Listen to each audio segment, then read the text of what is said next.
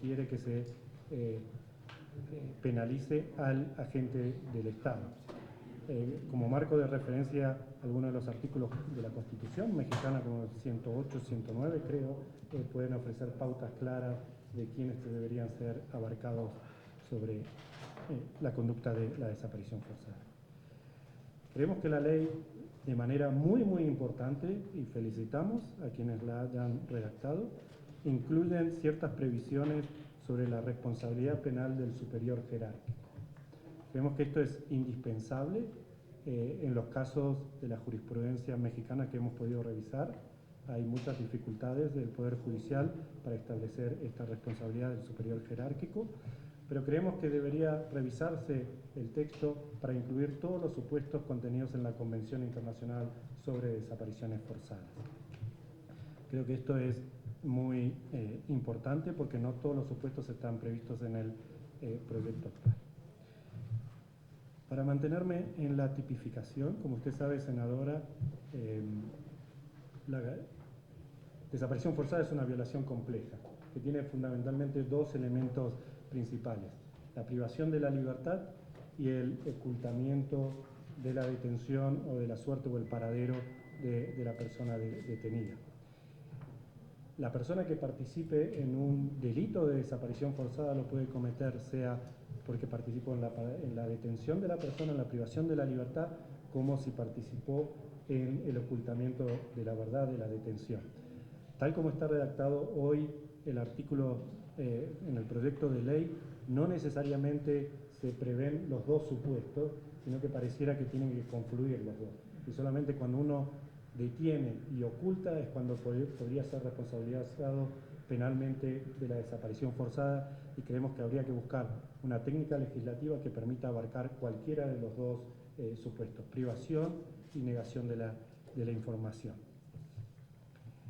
Para mantenerme en el elemento de justicia, estamos muy satisfechos de ver que en el proyecto de ley se incluyen atenuantes y se incluyen beneficios por colaboración efectiva. Nosotros creemos que esto es importante. Creemos que hay que seguir pensando este aspecto, particularmente en relación a la gravedad de las penas. Sabemos que el proyecto de ley contempla penas de hasta 100 años y los beneficios y atenuantes por información eficaz creo que reducen a 1/3 la penalidad. Eso significa que de 100 años una persona iría a la cárcel por 70, que no crea suficientes incentivos para dar información, de modo que creo que ese es un aspecto que habría que considerar para que haya incentivos, por un lado, para obtener información, pero el otro aspecto que es esencial es que los incentivos no sean igualados a impunidad. Entonces hay que asegurar incentivos para dar información, pero al mismo tiempo garantizar el derecho a la justicia de los familiares.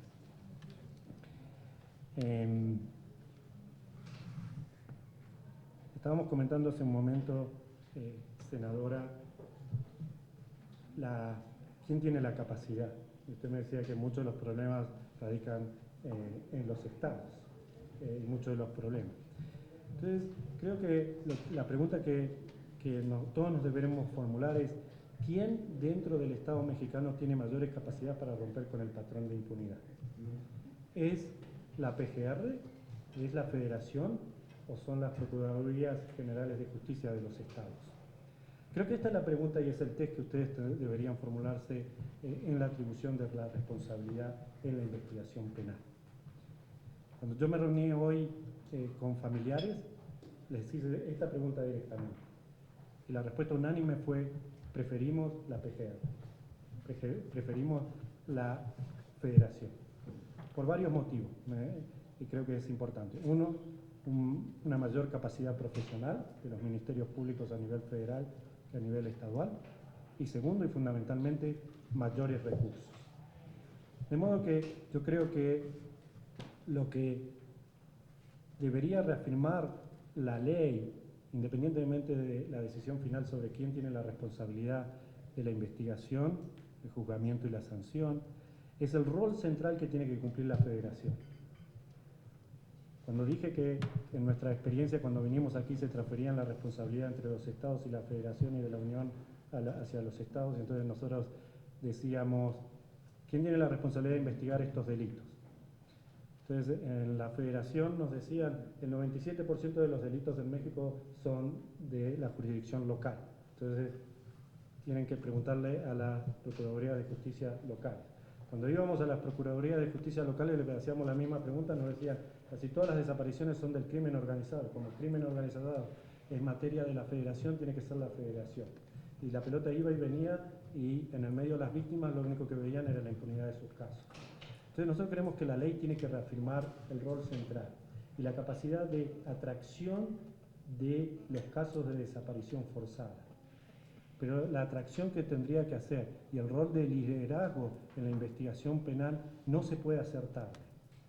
Se tiene que hacer desde el inicio, cuando uno vea que hay incapacidad de locales, cuando hay falta de voluntad de locales, y cuando los actores que aparecen como responsables de las desapariciones forzadas son las fuerzas locales, que precisamente no hay ningún incentivo político para ser investigadas, juzgadas y sancionadas. Y en este sentido, yo creo que es muy importante que la ley fortalezca un aspecto. La ley establece que cuando hay investigaciones y búsqueda, se tiene que apartar al servidor público que pueda aparecer como responsable de la desaparición o que pudiese obstruir. Es decir, si el policía, uno acusa a una policía municipal, obviamente no le puede pedir a ese policía municipal que investigue la desaparición forzada. Pero lo que la Convención exige no es el apartamiento individual. Lo que exige la Convención es el apartamiento de la institución que podría obstaculizar la investigación y la búsqueda. De modo que creo que tendría que fortalecer también en este aspecto a la regulación que contiene la ley.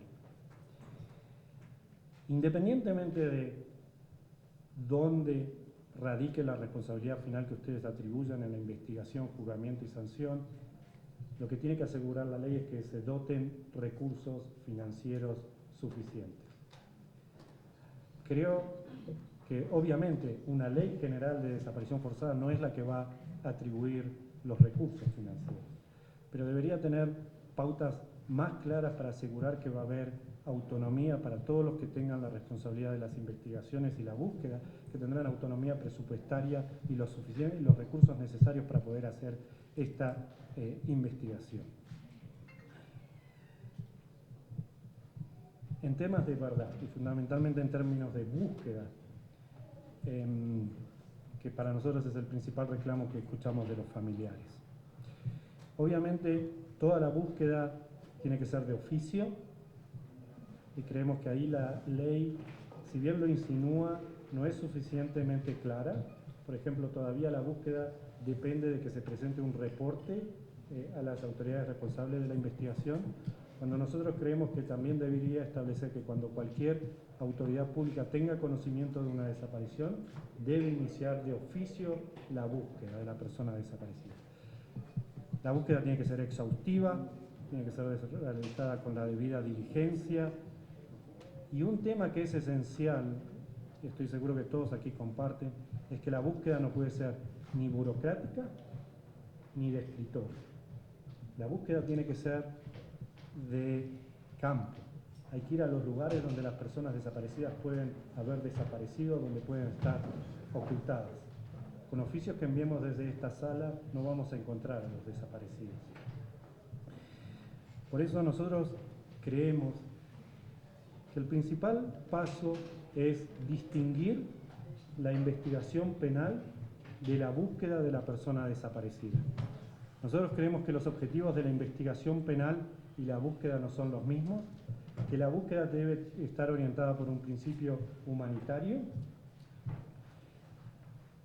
Cuando la investigación penal, cuando un ministerio público investiga un caso de desaparición, lo que está tratando de establecer es si se cometió un delito y establecer quién es el responsable de ese delito. Y si tiene suficientes pruebas para imputar a una persona por el delito. No está interesado en buscar a la persona, establecer la suerte o el paradero de la persona, o esto es solo un aspecto secundario de la investigación. Por eso nosotros creemos esencial que se separe la búsqueda de la investigación y que no se subordine una a la otra y que la búsqueda no esté dirigida por los ministerios públicos. Por eso reconocemos como un avance importantísimo en el último proyecto que hemos logrado leer, que se prevea la creación de una Comisión Nacional de Búsqueda. Nosotros creemos que esta Comisión Nacional de Búsqueda es un paso importantísimo y tienen todo el apoyo del Grupo de Trabajo sobre Desapariciones Forzadas, porque es una de las recomendaciones constantes que formulamos. Creemos que el proyecto que hemos leído todavía no ha sido ajustado a la nueva figura de la Comisión Nacional de Búsqueda, y entonces se queda con ciertas contradicciones, con ciertos vacíos, con ciertas duplicidad de la misma función atribuidas a la Comisión Nacional de Búsqueda a las fiscalías especializadas, transfiriéndose a los estados o manteniéndose en la federación. Creemos que los principios que deberían guiar afinar esta coordinación es, primero, la corresponsabilidad entre la federación y los estados de la Unión.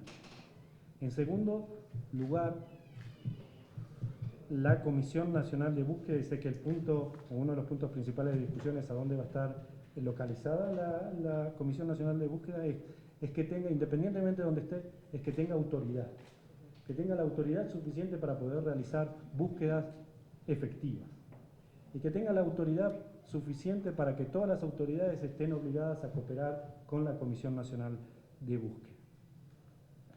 En tercer lugar, que la Comisión Nacional de Búsqueda que se cree independientemente de donde esté ubicada represente el compromiso político de liderazgo de la Federación en esta materia.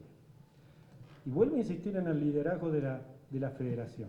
Usted sabe, senadora, todos los senadores y senadoras aquí presentes saben que en última instancia la Federación es la que va a ser responsabilizada internacionalmente por todas las falencias que haya en la búsqueda o en la investigación. De modo que si la Federación falla en su rol de liderazgo y centralidad en la investigación y en la búsqueda, será la que tendrá la responsabilidad última por lo que los organismos internacionales establezcan. Y finalmente, un cuarto punto que debe guiar a la Comisión Nacional de Búsqueda es la rendición de cuentas. Que asegure la rendición de cuentas, pero no la rendición de cuentas burocrática, formal o exclusivamente financiera. La rendición de cuentas sustantiva. ¿Qué es lo que se ha avanzado y qué es lo que no se ha avanzado? Y cuando no se ha avanzado, ¿cuáles son los obstáculos que se han encontrado? ¿Quiénes han sido las autoridades que han cooperado y quiénes han sido las autoridades que no han cooperado?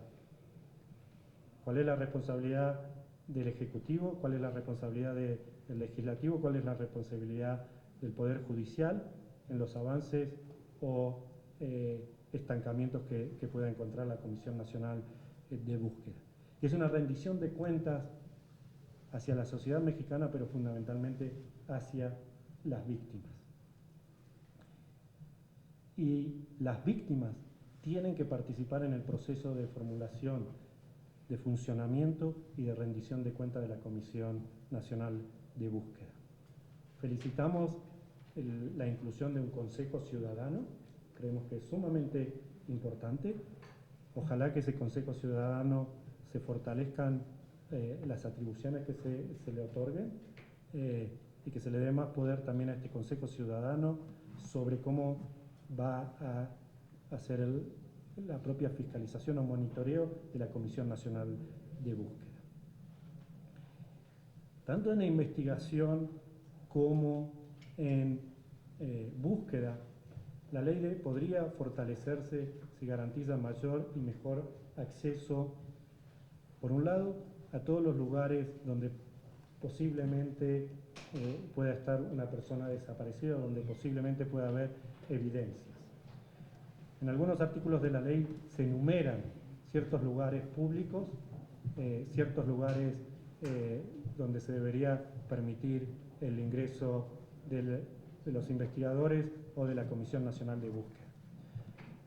Creemos que para superar algunos de la desconfianza y pesimismo con la que observan muchas de las víctimas, debería clarificarse la responsabilidad y el pleno acceso a todos los lugares del Estado, y debería nombrarse con nombre y apellido que se debe garantizar el acceso a cualquier instalación militar, a cualquier instalación del CIEDO, a cualquier instalación de cualquier organización de seguridad, cuerpo de seguridad o cuerpo de inteligencia. Creemos que la ley lo tiene que nombrar así, porque lo hemos visto en muchos casos, que a pesar de muchísimas requisitorias no se ha logrado entrar en ciertas instalaciones militares hasta el día de hoy, ni siquiera interrogar a militares en algunos casos. Se tiene que también garantizar de manera más eficiente todo lo que es la protección, organización, preservación y acceso a los archivos. La ley lo menciona, pero tiene que mencionar de manera más explícita todos los archivos, incluidos los de la Fuerza de Seguridad. Tiene que mencionar también el acceso a todas las bases de datos y la responsabilidad de facilitar estos accesos tanto a las bases de datos públicas como a bases de datos o información que tengan particulares. Para mencionar un ejemplo, las compañías telefónicas, que pueden ser esenciales, pero no son las únicas. Habría otras que tendrían que mejorarse más. El último tema que quisiera tratar, y perdón por la extensión de mi presentación, es sobre las reparaciones. Y quisiera hablar sobre las reparaciones no en el concepto limitado de reparación económica, sino fundamentalmente reparaciones como el derecho que tienen las víctimas a ser reparadas por el daño, pero a recibir la atención psicosocial que merecen y para recibir el acompañamiento que requieren. Senadora, usted está muy consciente y comprende perfectamente cuáles son las necesidades de las víctimas y cómo la falta de resultados concretos en la búsqueda y la impunidad en la búsqueda de justicia acrecienta todos los días el sufrimiento de los familiares y las familiares. La ley, el proyecto de ley, remite a la Ley General de Víctimas. Nosotros felicitamos cuando fue adoptada la Ley General de Víctimas, porque creíamos que era un aspecto importante. Hoy sabemos que el Senado está revisando esa Ley General de Víctimas y felicitamos porque se está revisando. Sí, sabemos que es un proceso político difícil, pero nuestra evaluación es que la Ley General de Víctimas y la Comisión Ejecutiva de Atención a las Víctimas no ha dado los resultados esperados. No ha servido, lamentablemente, para reparar, para acompañar a las víctimas de desapariciones forzadas. Si uno mira el listado de víctimas, el registro de víctimas de la Comisión Ejecutiva de Atención de Víctimas, y lo compara con el registro de 28.000 víctimas que hay, ni siquiera llega a un porcentaje considerable, mínimo. Pero hay un aspecto que yo quisiera resaltar, senadoras y senadores. Las desapariciones forzadas son una violación grave a los derechos humanos, pero son una violación compleja y tienen ciertas particularidades que la Ley General de Víctimas no necesariamente capta en su integridad e integralidad. Como usted dijo, senadora, las desapariciones forzadas son un crimen permanente o continuado. Y la desaparición forzada continúa hasta tanto establezcamos la suerte o el paradero de las personas desaparecidas. De modo que el sufrimiento, en el caso de la desaparición forzada, se reproduce cada día y se incrementa. Y mientras la ley no logre entender esta permanencia y agravamiento del sufrimiento, no va a lograr responder a todas las necesidades de las víctimas, particularmente en la asistencia psicosocial y en el acompañamiento. Nosotros creemos que la ley tendría que reforzar algunos principios básicos en materia de reparación para reconocer estas particularidades. Creemos que es muy importante que la ley vuelva a introducir el tema del reconocimiento de ausencia por desaparición, que ayuda a superar muchos problemas socioeconómicos, jurídicos de los familiares. Creemos que podría tener algunos principios generales más claros para que orienten particularmente a los estados que van a tener que regular, porque finalmente es una materia de los estados, que establezca un mecanismo rápido, no burocrático, y el principio esencial, que no establezca la presunción de muerte. Creemos que esto es fundamental. Y ya que estamos hablando de las víctimas, es fundamental que la ley refuerce algunos aspectos muy positivos que tiene en el enfoque diferenciado, dependiendo de las víctimas. El enfoque diferenciado hacia migrantes desaparecidos, hacia niños y niñas desaparecidos y hacia mujeres desaparecidas. ¿Están mencionados? Creemos que todavía hay espacio para fortalecer algo más. Y para concluir, y pidiendo disculpas nuevamente por la extensión de mi presentación, pero como defensor de derechos humanos siempre digo que cuando me dan un micrófono lo tengo que utilizar para ejercer mi derecho a la libertad de expresión y opinión, de modo que les agradezco muchísimamente. Y quisiera terminar con una frase de una madre en Pakistán. Cuando visitamos Pakistán, una madre nos dijo lo siguiente: por favor, pregúntenle a las autoridades qué harían ustedes si su hijo fue quien desapareció. Y yo quiero refrasear lo que nos dijo esa madre y preguntarle a cada una de las senadoras y senadores que están aquí: ¿qué tipo de ley quisieran ustedes si su hijo o su hija hubiese desaparecido?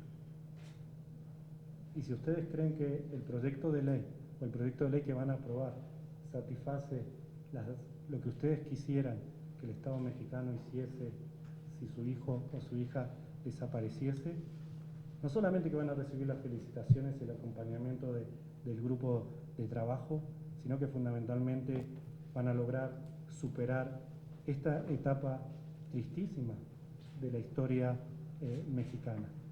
Y quiero terminar resaltando que la ley no puede ser concebida exclusivamente para las desapariciones de la actualidad. Mucho de lo que estamos viviendo hoy es porque las desapariciones de la guerra sucia de los 70 y 80 no fueron tratadas debidamente. Y cuando a nosotros, a muchos nos dicen, es que ustedes quieren reabrir heridas del pasado, nosotros les decimos, las heridas no se van a reabrir. Las heridas están abiertas y las heridas no se van a cerrar hasta que se abran las fosas. Muchísimas gracias. Muchas gracias.